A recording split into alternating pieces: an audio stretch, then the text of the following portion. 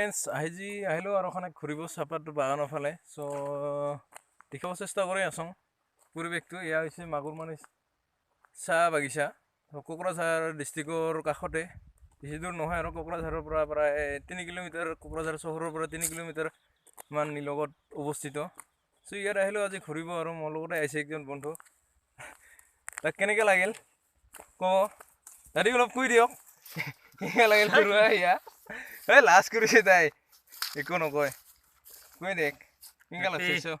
আজি আমাৰ বন্ধু হয়, কৈ দিয়ক কেনেকৈ লাগছে পৰিৱেশটো। ভাল লাগিছে বহুত আহি ইয়াত, নকওঁতে মই তাৰমানে তাই লাজ কৰি আছে, ইউটিউবত চবে দেখা পাব, হয়তো তাৰ গাৰ্লফ্ৰেণ্ডে দেখিলেও হয়তো কিবা ক'ব, সেইকাৰণে তাই লাজ কৰিছে, মোকতো দেখাব ইচ্ছা নকৰে। তথাপিও ক'ল আৰু কিবা একটা। চ' আহিলোঁ আৰু ঘৰতে কিমান থাকিবি সোমাই, সেইকাৰণে আজি আহিলোঁ ফুৰিব আৰু সন্মুখত আহি আছে নতুন বছৰ। চ' আগতীয়াকৈ জনাইছোঁ সকলোকে নতুন বছৰৰ বহুত বহুত শুভেচ্ছা আৰু শুভকামনা।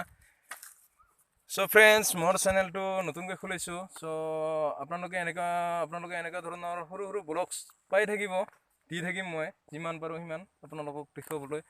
চ' মোৰ চেনেলটো ছাবস্ক্ৰাইব কৰি ল'ব, ছাবস্ক্ৰাইব কৰিলেহে আপোনালোকে প্ৰথমতে মই যেতিয়া আপলোড দিওঁ ভিডিঅ' দেখা পাব।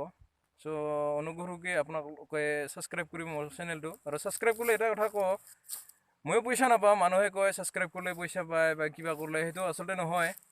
পইচা পাব লগা হ'লে বহুত কষ্ট কৰিব লগা হয়, সেইটো এনেকৈ নহয়। চ' ছাবস্ক্ৰাইব কৰিব চেনেলটো, ছাবস্ক্ৰাইব কৰিলে ভাল লাগিব, সেইটোৱে কওঁ আৰু আপোনালোকক। বেছি নকওঁ, ভিডিঅ'টো বেছি দীঘলীয়া নকওঁ। চ' এইখিনিয়ে আৰু।